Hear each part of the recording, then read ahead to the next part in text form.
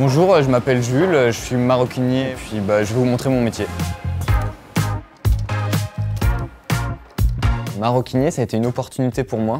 Je n'étais pas du tout dans ce milieu-là avant, j'étais dans le domaine de l'ébénisterie. C'est un métier passion pour moi, j'aime vraiment beaucoup le travail du cuir. J'ai vu une annonce et j'ai postulé et puis de fil en aiguille, j'ai fait la formation pour devenir maroquinier et puis me voilà maroquinier. Donc là, je vais assembler le fond avec le corps. Hop. Ils sont actuellement en deux parties. C'est là où on va vraiment voir la forme du sac. L'assemblage fond, c'est une étape assez minutieuse. Là, les angles, il faut qu'ils soient bien alignés avec le corps. Alors ensuite, on va venir border le fond. Donc là, pour venir couvrir la piqûre qu'on vient de réaliser, on va venir faire une bordure sur tout le pourtour. Et après, on viendra retourner le sac.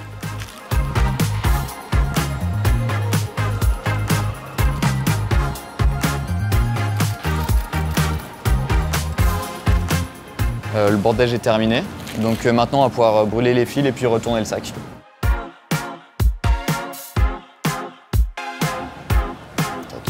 Ce qu'on voit là en orange, c'est la partie intérieure du sac et avec la poche intérieure. Et donc du coup là on va le retourner et puis on va vraiment voir son aspect final. Souvent quand on retourne le sac, c'est que le sac est terminé ou bientôt terminé. Et c'est pour moi une de mes étapes préférées parce que c'est là où on voit notre travail qui prend forme et on voit le rendu de tout le travail. Le métier du maroquinier, il y a beaucoup de métiers qui se regroupent au final. Ça commence par la coupe du cuir, on a la prépa, donc la préparation, ils vont faire tout ce qui est teinture, l'encollage, ça va passer par ce genre d'étapes. Et ensuite, moi je suis plus sur le montage.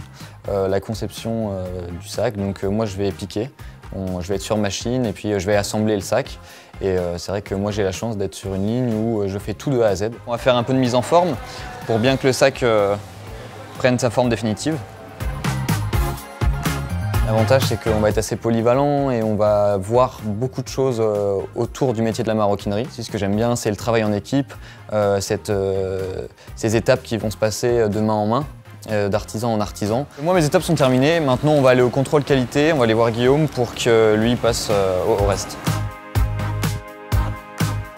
Donc voilà, ici c'est le poste contrôle qualité, donc je suis avec Guillaume qui va s'occuper du contrôle qualité et donc il va vérifier tout ce qui est défaut, si le sac est conforme pour ensuite passer à l'emballage et puis à l'expédition au client.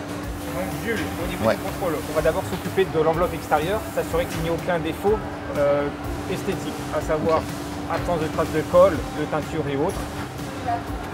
Et ensuite, on va regarder l'intérieur du sac. Si Guillaume trouve un défaut, le sac va retourner sur ligne et nous, on va se charger de réparer ou de changer la pièce si c'est nécessaire. Ce sac est conforme, on va pouvoir l'expédier au client.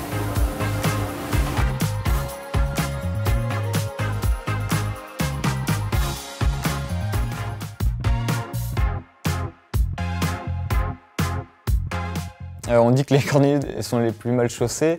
C'est vrai que moi personnellement, j'avais pas forcément ce goût pour les beaux sacs, les portefeuilles et tout. Et depuis que je travaille ici, c'est vrai que j'ai cet amour pour quand je vais dans un magasin ou que je passe devant une vitrine où il y a de la maroquinerie, je m'arrête toujours.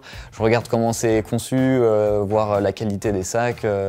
Et puis même pour moi. Du coup, c'est vrai que j'achète plus de la qualité. Maintenant, j'investis.